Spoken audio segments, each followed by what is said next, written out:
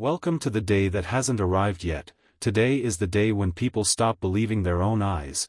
There was a time when sight felt like the final court of appeal. If you saw it with your own eyes, it mattered. If you witnessed it, recorded it, replayed it, and watched it again, that was enough. Families trusted photographs, courts trusted video, journalists trusted footage. And ordinary people trusted the quiet confidence that came from simply looking at the world and saying, yes, that happened, yes, that person was there, yes, that face is real, yes, that fire is burning, yes, that hand is trembling, yes, I know what I saw. For centuries, human civilization leaned on that instinct like a pillar. We argued about motives, we argued about context, we argued about meaning, but we rarely argued about the image itself. The eye was imperfect, but it still felt sacred. Sight did not merely observe reality, it appeared to anchor it. Then the anchor began to slip. At first, the change arrived quietly, a face altered here, a clip manipulated there, a strange image that looked believable for a moment and suspicious a second later. Most people laughed, most people said the same thing: you can still tell what is real, it is obvious, it is not hard. We still believed there was a line, a visible crack, a subtle distortion, some flaw in the illusion that the human mind would always catch. But history has a habit of humiliating confidence, because the real danger was never that fake images would become visually perfect overnight. The real danger was that they would become good enough, frequent enough, fast enough, and personal enough to poison the relationship between sight and trust. Once that relationship began to rot, the consequences spread far beyond screens. People did not simply become more cautious, they became more uncertain about the basic act of looking. And when the oldest sense starts to lose authority, something deep inside a civilization begins to shake. Imagine the first generation to grow up surrounded by faces that may not belong to bodies, by voices that may not come from throats, by videos that may not record events, but invent them. Imagine being a child in a world where every image can be generated, every expression can be simulated, every camera can lie, and every memory can be challenged by a better version of itself, not a truer version. Just a sharper one, a cleaner one, a more convincing one. At that point, sight no longer delivers certainty, it delivers competition. Every image must now fight against countless other images that look equally plausible, and the human nervous system, built to react in milliseconds, was never designed for this kind of war. Our eyes evolved to notice movement in the bushes, shadows at night, danger on the horizon, hunger in a face, tears in a voice. We were built for survival, not synthetic realism. We were not built to ask whether a child crying on a screen ever existed. We were not built to wonder whether the flood, the explosion, the confession, the speech, the kiss, the crime, the apology, or the execution was generated by a machine trained on a billion fragments of truth and fiction mixed together. Yet that is exactly the burden the future places on us. The eye still sees, but the mind behind it hesitates, and hesitation changes everything. Because once enough people stop trusting what they see, public reality starts to fracture, news stops functioning the way it once did. Proof becomes negotiable, outrage becomes reversible, sympathy becomes dangerous. Every shocking video is met by two equal and opposite reactions. One side says, "Look at this, this changes everything." The other says, "No, this was made to manipulate you." And both sides can sound rational. That is what makes this moment so destructive. It is not merely a battle between truth and lies. It is a battle between realities that can all be rendered with the same visual authority. In such a world, the image loses its old privilege, and once the image loses its privilege, modern society loses one of its most important shortcuts to agreement. We often imagine a collapse of trust as something loud, dramatic, and immediate, but in truth it arrives like fog, slowly, steadily, almost politely. People begin by doubting strangers, then journalists, then governments, then public figures, then experts, then institutions, then neighbors, then family, and finally themselves. The last stage is the most haunting, because it is one thing to say I do not believe them, it is something else entirely to say I no longer believe what I just saw. That is when the crisis becomes intimate. You watch a video of a loved one and feel uncertainty instead of recognition. You see footage of violence and cannot tell whether to grieve, to rage, or to wait. You look at evidence in a courtroom and realize the image no longer settles anything. It merely begins a more technical, expensive, and exhausting. Argument: soon, truth is not lost because it vanished, it is lost because ordinary people can no longer afford the labor of verification. To verify everything is impossible, to trust everything is suicidal, and so most people drift into a third option, emotional selection. They believe what fits their fear, their tribe, their memory, their political identity, or their private hope. Sight becomes less about reality and more about allegiance. The image does not ask, "Is this true?" It asks, "Who are you willing to become after seeing it?" That is a far more dangerous question, because it transforms perception into a weapon.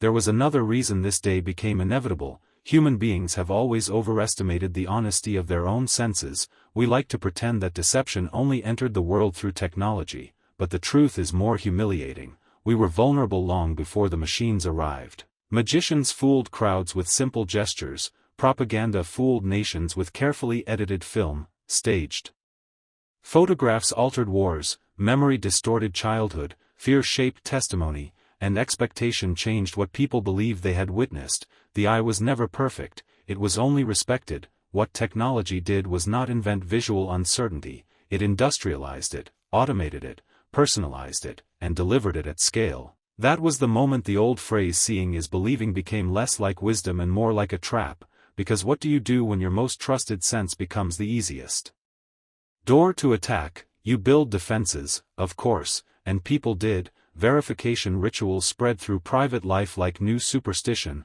families invented code words, workplaces demanded secondary confirmation, journalists developed provenance systems, courts raised the standard for digital evidence, software companies promised authenticity markers, devices began signing content at the point of capture. Schools started teaching children not merely how to read and write, but how to doubt responsibly, how to pause before reacting, how to ask where something came from, who verified it, what chain of custody accompanied it, and what incentives surrounded its release. But every defense created its own shadow, because once trust depends on verification systems, new questions emerge: who controls those systems, who grants authenticity, who decides whether a file is verified? What happens when verification itself becomes centralized, political, commercial, or compromised? When proof requires infrastructure, whoever owns the infrastructure begins to own reality, and that is why the day people stopped believing their own eyes was not the end of one problem,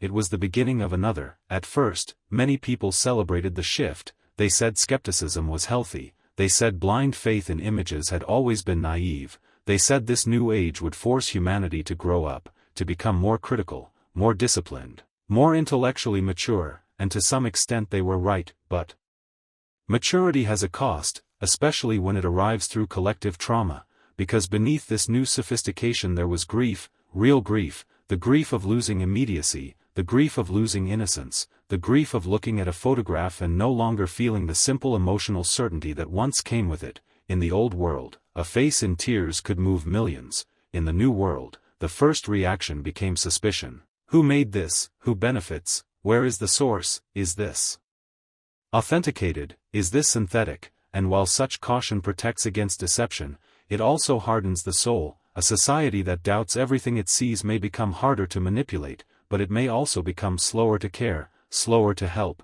slower to believe suffering, slower to respond to truth when it finally appears. That is the paradox of this future. The same skepticism that protects civilization can also starve it of empathy, and once empathy begins to depend on forensic confidence, something delicate in human life begins to dry out. Even love changes under these conditions.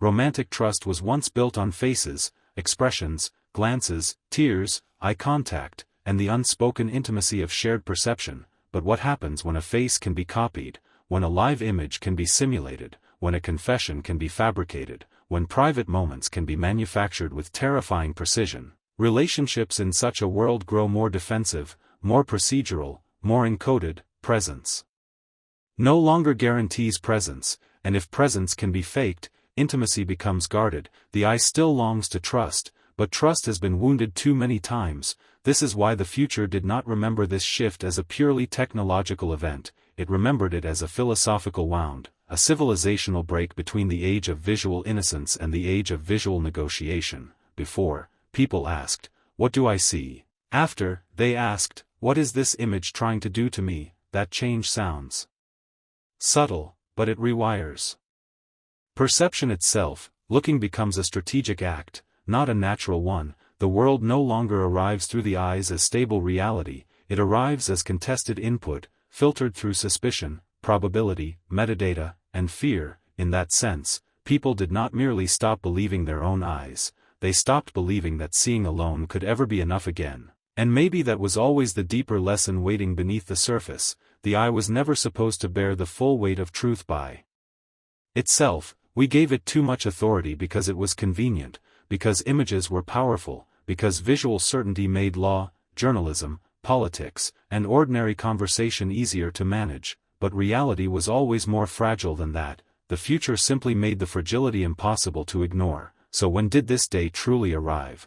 Not when the first convincing fake was made, not when the first scandal broke, not when the first child mistook a synthetic face for a real one, not even when the first nation declared visual evidence insufficient on its own. The day truly arrived when the average person, alone with a screen, felt that old instinct collapse inside them, the instinct that once whispered, "Trust your eyes," and heard a new voice answer, "Not anymore." That quiet moment, repeated millions of times across bedrooms, offices, kitchens, courtrooms, trains, classrooms, hospitals, police stations, and living rooms, changed civilization more than any single law or invention ever could.